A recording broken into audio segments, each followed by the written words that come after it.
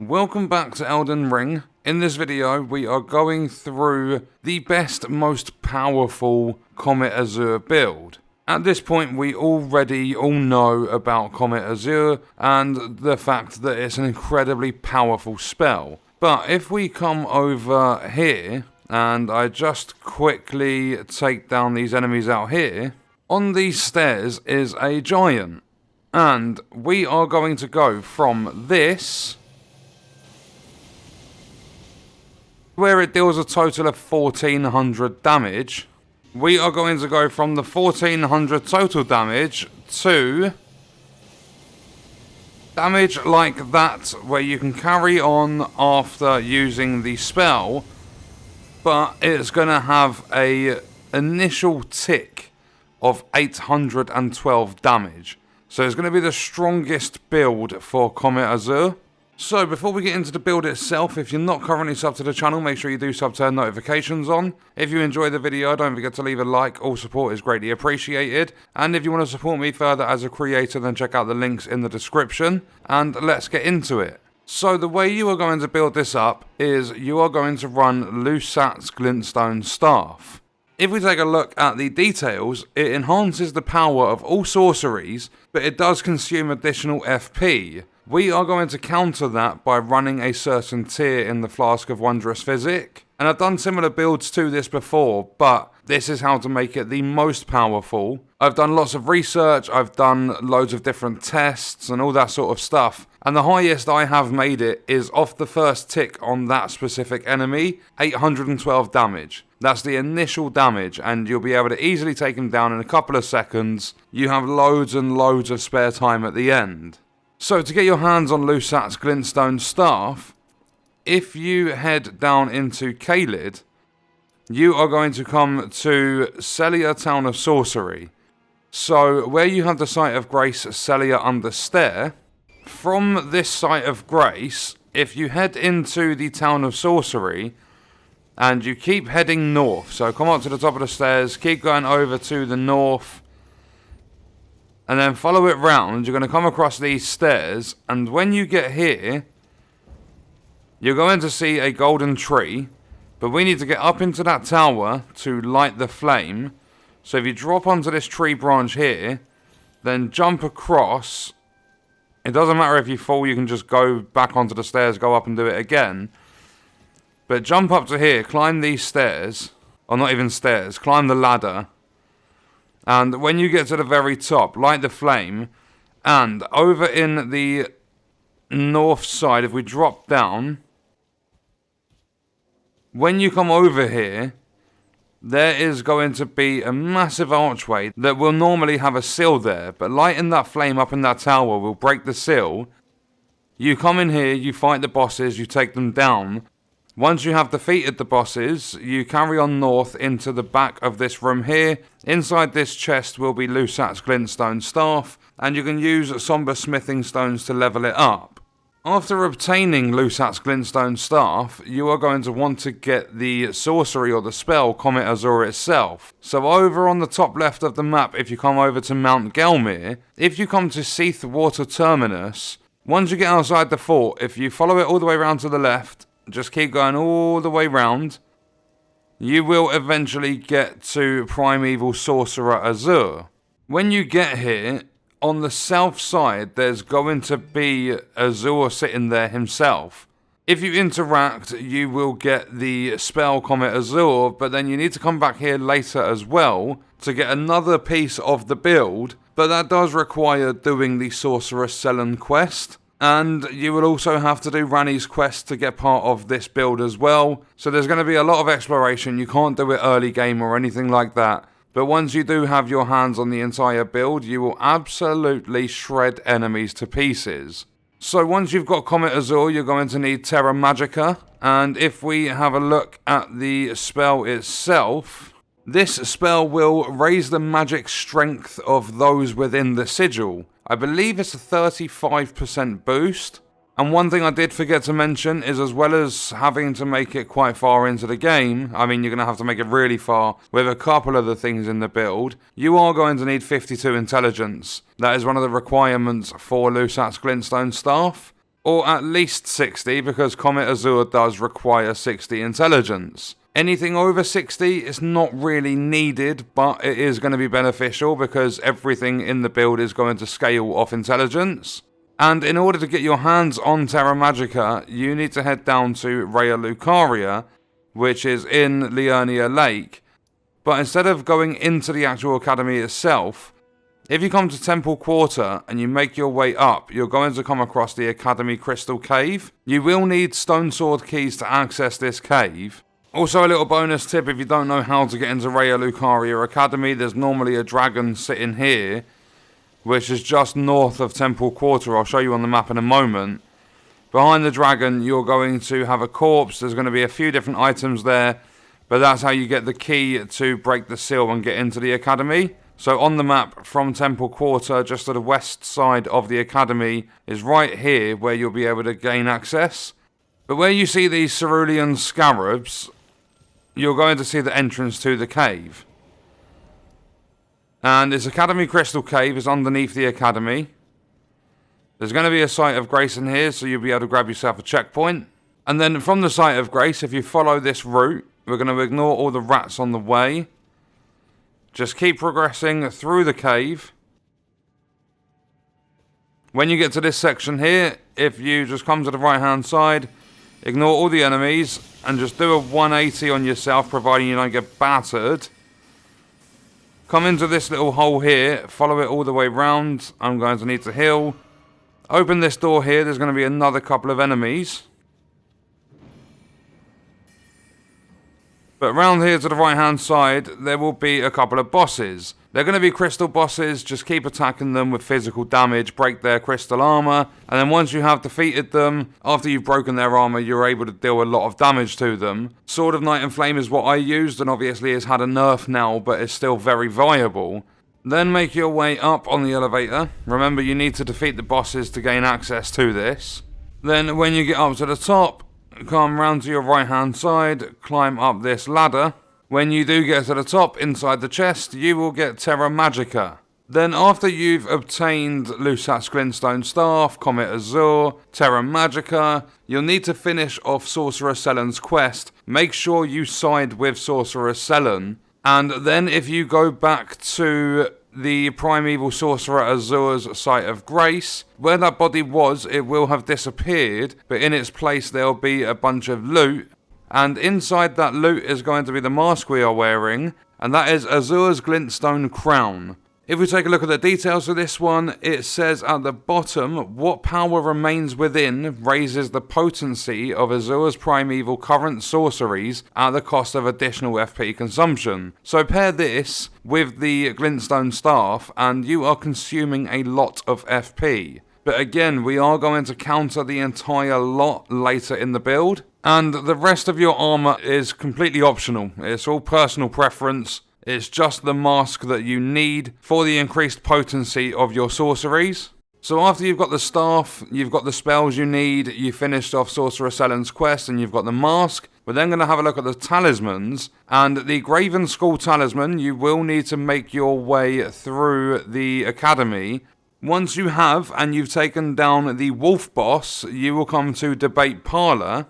When you are in this room, if you head west, you come out the way you came in, but you head round to the right and there's going to be a secret wall, so if you just attack it, you come in here, there'll be a stone sword key in that chest over there, but you climb up this ladder, then we're going to head east when we get to the very top of it, so turn right, come over here, and then jump over the back of here, drop down, then head south and drop down again. When you are in this room, there's going to be like a massive pile of crystals. Over here, you will get the Graven-School Talisman. That Graven-School Talisman is going to raise the potency of your sorceries. Then we move on to the Stargazer Heirloom, which will raise your intelligence by 5. This one is the Rani's quest requirement. That will also include defeating the boss Radahn. But once you have done that, you will be led to the Divine Tower of Liurnia, and when you get over there, you will be able to pick up the talisman, And as I said, it's got a boost of +5 to your intelligence, which is going to come in incredibly helpful. It's going to be really handy to have in the build because everything, as I said, does scale off intelligence. So then, the Graven-Mass Talisman, it greatly raises the potency of your sorceries, and to get your hands on this one, you will need to be in the academy at first. If you come to the main academy gate, just bear in mind that we are travelling up to the Consecrated Snowfields after this, so it's really far into the game at that point. Like, you will have had to progress through the capital. But when you are here, if you head southeast and you come down this hill here, when you get all the way round, you are going to have a merchant. Within that merchant's purchase menu, you need to buy the Fanged Imp Ashes, so the spirit summon. Then if you make your way up to the Consecrated Snowfields, if you go to the inner Consecrated Snowfield, you need to head to the Albinoric Rise, which is a massive tower, and we need to solve a puzzle. Just be careful in this area because there are enemies, but also the weather is horrible up here. The Consecrated Snowfields are really, really annoying. But when you do get to the tower, there will be a massive seal on the door that won't let you in. You examine it, it says that you need to solve a puzzle. So with the Fanged Imp Ashes, if we have a look at them here, I believe they're going to cost a couple of thousand runes. It's going to summon 2 Fanged Imp Spirits. And you'll see on the left hand side, above where it says Transient Moonlight, we are able to summon our spirits. So if I summon these, round here on the northeast side, there's going to be an enemy imp. You just need to make sure that your Fanged Imps at least attack this guy. So once they've landed 1 hit, you can finish off the imp. And then it's going to say that the seal was broken. So you'll be able to enter the tower. And when you do enter it, if you climb up the ladder inside, I apologise, it's so hard to see, but it doesn't matter what time of day it is. This area of the game is really, really like foggy and horrible. But when you get to the top, climb up the tower. And inside the room, there's going to be a talisman, which will be the Graven-Mass Talisman that will greatly raise the potency of your sorceries. So basically it's an upgrade to the Graven-School Talisman, but you can stack them from my research and my testing. So it's basically going to give you a much bigger potency from your sorceries. And then the final talisman is Marika's Soreseal. This one requires even more progress. You will have to come over to Ordina Liturgical Town, and you'll have to solve the puzzle there with lighting the flames when you go into the Evergar or the jail. It's really risky. I did die multiple times doing this, but you will eventually open up a seal that's at the top of the stairs at the back of the town. You can teleport to another location. That will take you to the Haligtree, which is right at the top of the map. When you get there, you need to navigate all the way through until you get to the prayer room. When you make it to the prayer room, you will need stone sword keys for this part as well. But if you come down here and ignore these enemies, but jump over this railing here onto this, then drop down onto the roof below, and there's going to be, you can see him there, there's an Erdtree avatar just walking along that bridge. There's going to be some really scary enemies that are going to hit you incredibly hard here. So I'm not going to fully drop down. I'm just going to show you where you need to go. But when he does clear off and he moves along a bit, we're going to drop down because we need to make our way down there. So he should be far enough along now. So if we drop down to the north, we're going to jump onto this tower here. I mean, you can just run and just fall off. Yeah, he's kind of figured out that I'm around. Okay, so he's finally walking off. But after he's gone, we need to drop down onto that section that he's walking along. So on the east side of this bit that we're standing on, if you look down, you'll see a little bit you can drop onto. So you can just jump over to there. And then what you need to do is run along, and from this bit that sticks out, you need to jump and land on this bit here. Then what you need to do is drop down, and that archway at the top of my mask, On the left hand side you'll see the little imp statue. Put your stone sword keys in. There will be an enemy that spawns in. It's a nightmare to deal with. But take down the enemy, put your stone sword keys in. Inside that room at the back will be a chest. And if I just quickly fast travel out of here, inside that chest you are going to be awarded with Marika's Soreseal.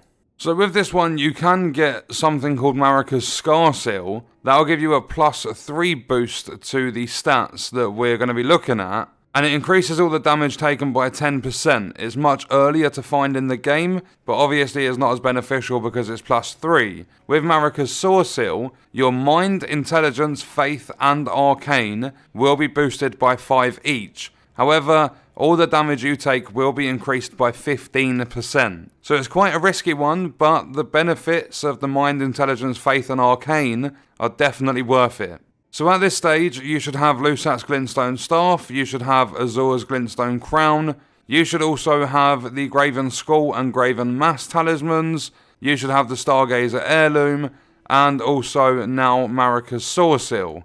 So now the final piece of the puzzle is going to be the Flask of Wondrous Physick. If you don't already have one, then all the way back at the bottom, if you head to the 3rd Church of Marika, you'll be able to pick up your Flask of Wondrous Physick there. But when you do have it, we are looking for 2 specific tiers to go inside that flask. The first one will be the Magic-Shrouding Cracked tier, and you get that if you come over to Liurnia Lake and you go to the Minor Erdtree. You take down that boss, so it's just over from the Mausoleum compound. You take down that boss and you will get 3 different Shrouding Cracked tiers, but you're looking for the magic one.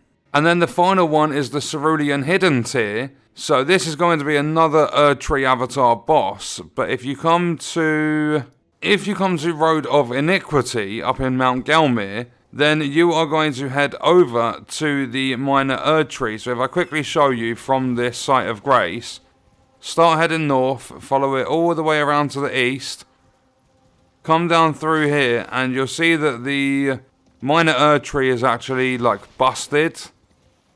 But here, you're going to have an Erdtree avatar boss, and yeah, it's not your standard one, it's an ulcerated tree spirit. It's basically an Erdtree avatar on steroids. It's a lot more annoying to take down, and is located like right around this sort of section here. Once you've taken that down, you will be awarded with the Cerulean Hidden tier, and yeah, that's our Flask of Wondrous Physick put together. So, if we head back to... we'll go back to the manor. If you take a look at the Flask of Wondrous Physick, Magic-Shrouding Cracked tier will temporarily boost your magic attacks, and the Cerulean Hidden tier, which I would say is actually the most important thing in this build altogether, it eliminates all your FP consumption, and it lasts about 10 seconds. So with Lusat's Glintstone Staff, you are going to enhance the power of all your sorceries but consume additional FP. With Azur's Glintstone Crown, you are going to raise the potency of sorceries at the cost of additional FP consumption. You are going to counter that with Cerulean Hidden tier, but then with those two, you're going to get the Graven-School Talisman and the Graven-Mass. You're going to get Stargazer Heirloom. You're going to get Marika's Soreseal. Then you're also going to get Magic-Shrouding Cracked tier. And putting all of that together makes a really, really powerful Comet Azur build. Obviously with Comet Azur, make sure you've got Terra Magica as well. So if I quickly come over the final showcase, I'll just show you the big enemy again. If we delete that guy, then his little friend on the stairs can have a bit of transient moonlight. So if I switch over to the Flask of Wondrous Physick, I switch over to Lusat's Glintstone Staff, and I also switch to Terra Magica. If you pop your flask, then use Terra Magica to get the sigil on the floor, then use Comet Azur, you'll see that the first bit of damage is 812, but after he's dead, which doesn't take long at all, you're still going to have the beam for a very, very long time.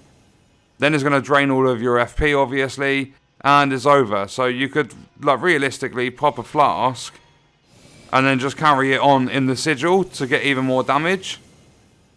But there's going to be so much power that comes from this build, you're going to be able to take big, big chunks off bosses And as I said, I've done a lot of testing, a lot of research, and this is the strongest I can find the build. There might be a couple of items or something that are hidden. I don't have a clue because there's still a lot of Elden Ring that hasn't been explored yet properly. But for now, putting all these different pieces together, I managed to come up with 812 base damage. Like, of your initial bit of damage on that enemy, it was 812. That went up from dealing 1400 overall without Cerulean Hidden Tear to 812 from the very first, like, bit of attack. And then because of Cerulean Hidden Tear, it just carries on. It goes on and on and on for, I think it's about 10 seconds. And then your FP starts being consumed, and you'll see how quick your FP depletes. But overall, if you're looking to deal massive damage to a boss that's slow and sluggish or anything like that, I would definitely recommend putting this together. It's going to take you a long time. There are multiple quests you have to follow through all the way to the end. And then there's also the exploration of making it to the Haligtree, to the Consecrated Snowfields. Yeah, there's a lot of exploring and a lot of progression, but it's 100% worth it in the end. I'm not entirely sure if it's the strongest, but it is definitely up there with the stronger sorcery, like Mage Astrologer builds you can put together in the game. But on that note, we're going to leave the video there. Let me know your thoughts and stuff in the comments, and I'll see you in the next one. I hope you guys enjoyed it.